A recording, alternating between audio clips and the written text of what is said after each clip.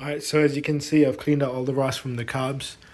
This area right here, the bottom of the float bowls, as well as all of the jet holes, was clogged up full of rust particles. And the main issue with the starting problem was with this float valve right here, this rubber part. So the rubber part sits inside this hole and it opens and closes depending on the fuel level.